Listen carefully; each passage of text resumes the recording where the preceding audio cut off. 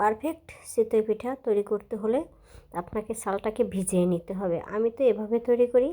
আমি প্রথমে রাতে চালটা ভিজিয়ে রেখেছিলাম পানি দিয়ে, সকালে উঠে চালটা ধুয়ে পরিষ্কার করে পরিমাণ মতো লবণ আর পানি দিয়ে একসাথে আমি ব্লেন্ড করে নিয়েছি। আর যদি আপনার পাটায় বেটে তৈরি করেন তাহলে চালটা ভালো করে ছেঁকে নেবেন, তারপর পাটায় বেটে নেবেন। তো আমি তো ব্লেন্ডার করেছি, এই কারণে আমি ব্লেন্ড করার কারণে আমি পানি দিয়ে লবণ দিয়ে একসাথে ব্লেন্ড করে নিয়েছি। এভাবে একটা গোলা তৈরি করে নিয়েছি। দেখেন গোলাটা একদম বেশিও পাতলা না আর একবারেও ঘন করে তৈরি করিনি। এভাবে আমি গোলাটা তৈরি করে নিয়েছি। এবার লোহার একটা কড়াই আমি চুলায় বসিয়ে দিয়েছি আর কড়াইটা ভালো করে গরম করে নিয়েছি। আসলে প্রথমবার যে পিঠাটা আমি দিয়েছি ওই পিঠাটা দেখানো হয়নি, এটা দ্বিতীয়বার দিয়েছি আমি। তো দ্বিতীয়বারে পিঠাটা আমার মাশাল্লাহ মাশাল্লাহ খুব সুন্দর হয়েছে। এই যে দেখেন একবারে একটু খোসা দেওয়াই উঠে যাচ্ছে, পিঠাটা সুন্দর ফুলে উঠেছে।